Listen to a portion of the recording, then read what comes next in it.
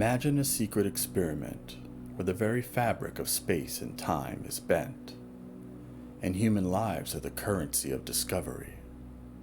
Welcome to one of the most bizarre tales of World War II, the Philadelphia experiment.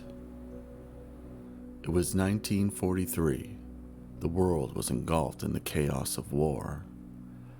But behind closed doors of the U.S. Navy, another war was being fought.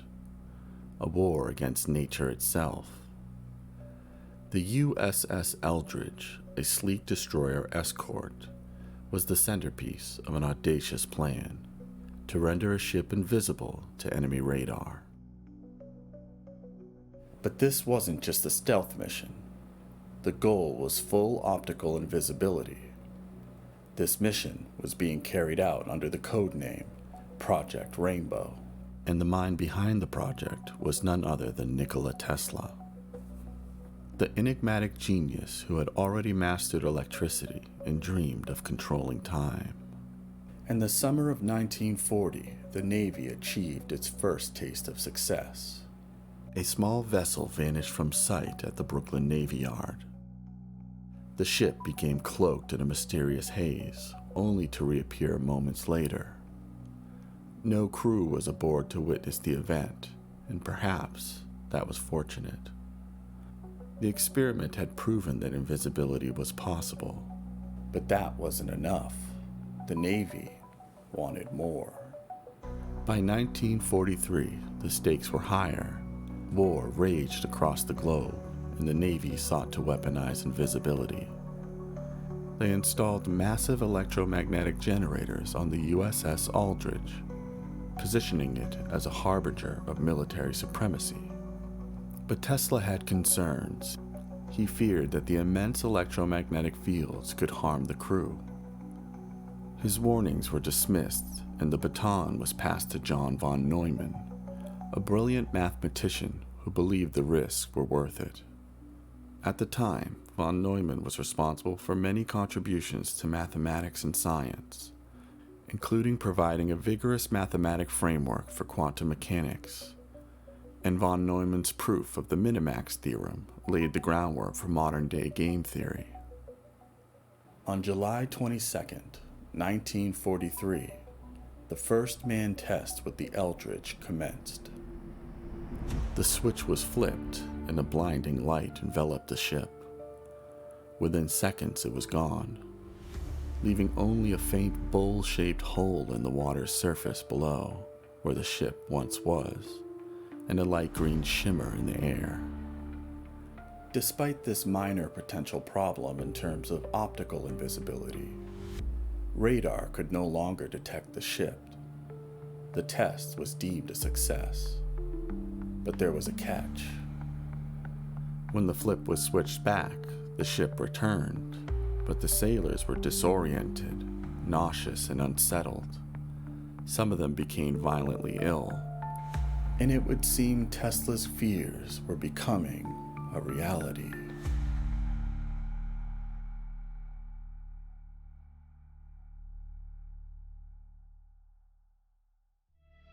The Navy, undeterred, ordered a second manned mission. John von Neumann wanted to understand the cause of the vertigo-like symptoms of the men on board. He speculated it may have been due to drastic changes in air pressure, so this time he wanted to get pressure readings. So on August 12, 1943, the stage was set again. The USS Eldridge sat motionless in the Philadelphia Navy Yard, its deck bristling with experimental equipment. Giant electromagnetic coils hummed ominously, sparking with energy. The sailors stationed aboard were unaware that they were about to become part of one of history's most haunting mysteries. Two of those sailors, a naval engineer, Edward Cameron, and his brother Duncan Cameron, sat in the control room below deck, awaiting their orders. Then, at precisely 2100 hours, the order was given, and Edward flipped the switch. The generators roared to life, sending pulsating waves of energy through the ship's hull. The air around the Eldridge crackled. The ocean itself seemed to ripple unnaturally. Then, in a blinding flash of bluish-green light, it vanished. Observers on 3 nearby ships stared in disbelief. Where the USS Eldridge had been, there was now only an empty stretch of water and a thick gray fog. But as it would turn out, the Eldridge didn't just become invisible. Witnesses in Norfolk, Virginia, over 200 miles away, claimed the Eldridge appeared in their harbor for 6 to 7 minutes before vanishing again, only to reappear in Philadelphia hours later. When the ship had returned, it was not the same. Smoke billowed from its decks. Equipment burst into flames and laid in twisted ruins. And most disturbingly, the crew had suffered grotesque fates. Some sailors were fused to the steel of the ship's hull, half of their bodies embedded in the metal as if they had melted into it. Others wandered aimlessly, insane, their minds shattered by the incomprehensible forces they had endured. And a few men had gone missing altogether, their fates unknown. In the chaos, Edward and his brother Duncan attempted to escape. Racing through smoke and flames, they made their way to the ship's deck. As they arrived, they witnessed the fate of their fellow crewmen, fused into the metal of the ship's hull. As a last-ditched effort to save their lives, they ran to the edge of the deck and peered over the railing into the cold waters of the harbor below. In their desperation, they leapt overboard, expecting to hit the cold waters of the harbor below. Instead, they fell and kept falling, hurtling through what seemed like a tunnel of swirling light. They experienced sensations beyond human comprehension, time stretching and folding around them. In that moment, if you can even call it that, time and space deteriorated and became an abstract as they faded into the abyss below.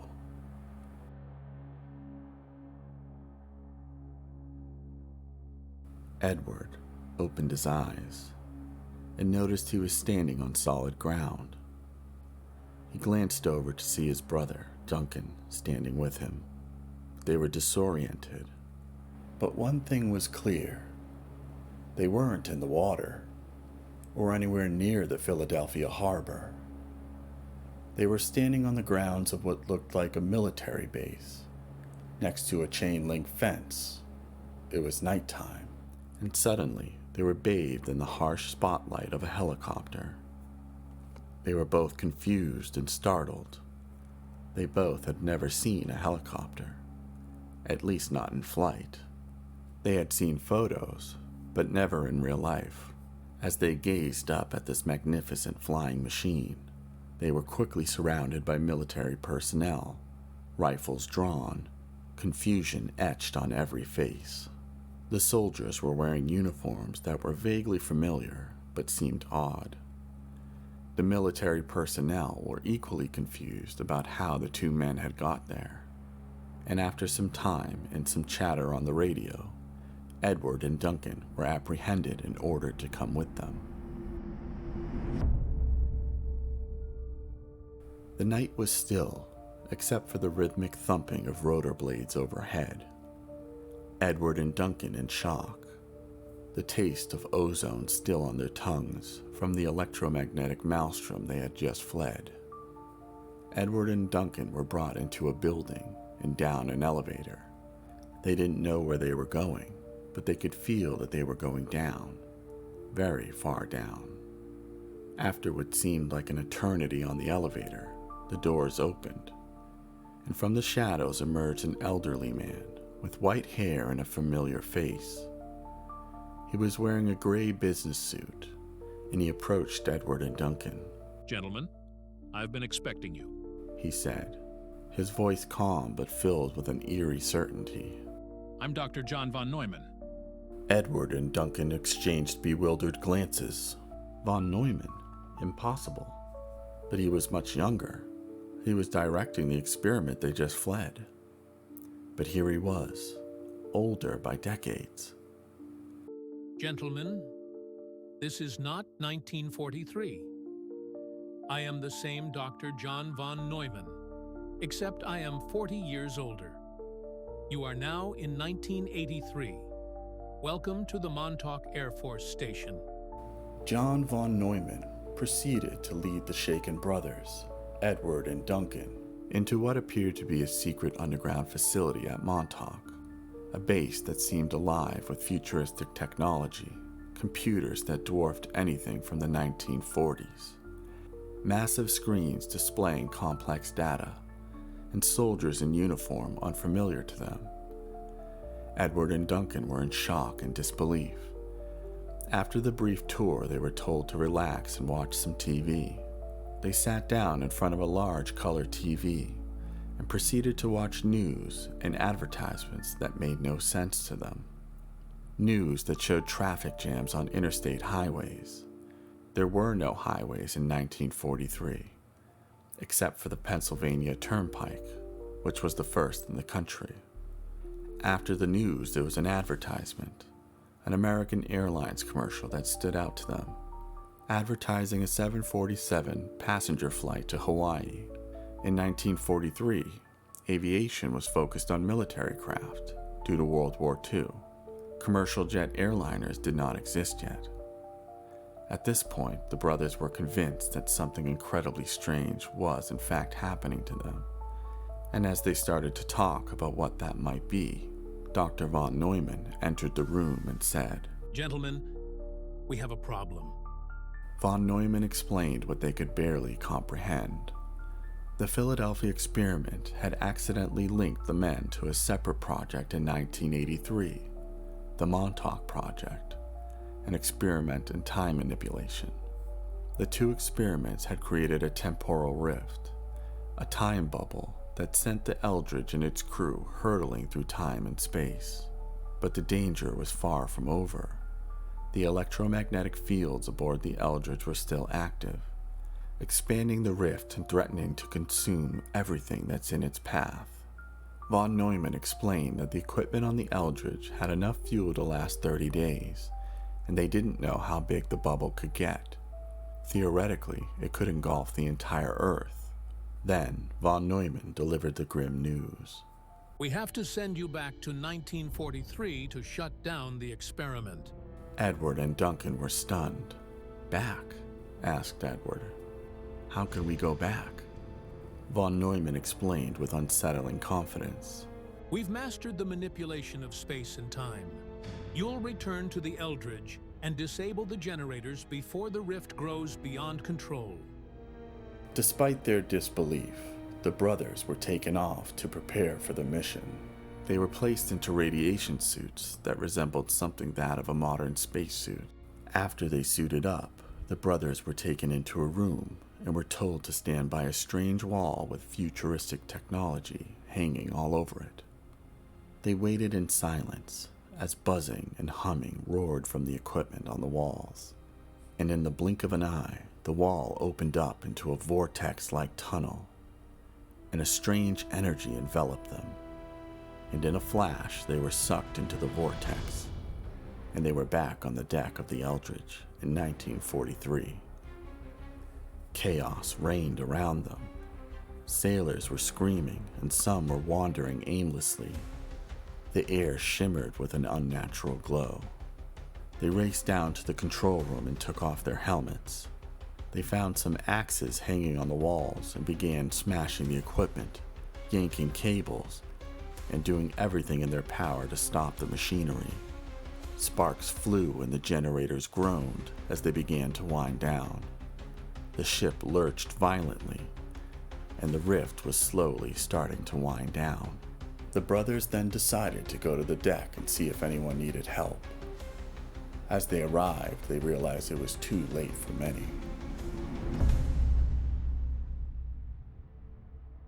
There were two sailors' bodies fused to the metal of the steel deck. Two more were fused to the bulkheads, and one of them was Edward's younger brother Jim, who was dying.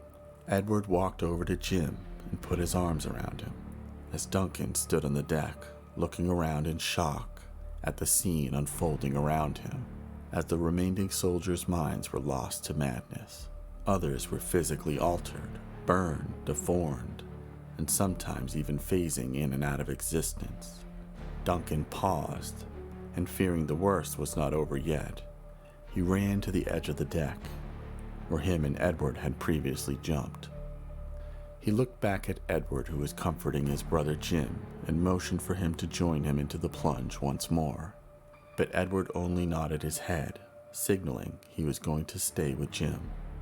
Duncan then nodded back, as if to acknowledge Edward's decision to stay with his other brother, before leaping over the ship's railing into the unknown, disappearing into the fog below. Edward stood motionless, his arms wrapped around Jim, the sounds of madness and chaos filling the air around them. Soon the fog that had enveloped the Eldridge seemed to dissipate as the ship slowly returned to reality, creeping back into the Philadelphia harbor. The once pristine vessel now looked like a shell of its former self, scarred by the horrors it had endured.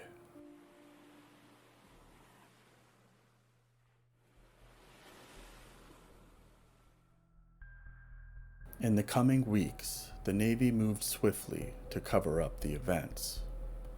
The ship itself was decommissioned, its history sealed away in the deepest vaults of government archives. John von Neumann, the genius behind both experiments, had become more than just a scientist. He had become part of a larger shadowy network that had gained access to interdimensional technology. The Philadelphia experiment had been only the beginning of a much darker, more complex series of experiments aimed at controlling time, space, and even human consciousness. By the late 1940s, the Navy, unable to fully understand or control the catastrophic events of the Philadelphia experiment, rebranded the project. It was reborn as the Phoenix Project, a new attempt to harness the power of time manipulation and invisibility. Behind closed doors, a new generation of scientists and military personnel worked tirelessly to perfect the technology. But the true capabilities, time travel, teleportation, and interdimensional warfare, remained under wraps, hidden away in secret government programs like the Montauk Project. The legacy of the Philadelphia experiment and the Montauk Project continues to linger in the shadows, a forbidden chapter of history that no one is meant to remember. An experiment gone wrong, a doorway into another reality, and a warning to those who dare to tamper with the fabric of time itself. Stay tuned, fellow truth seekers. Part 2 of this transmission involves the Montauk Project and will be released shortly. And in the meantime, stay vigilant, because the truth is out there. End transmission.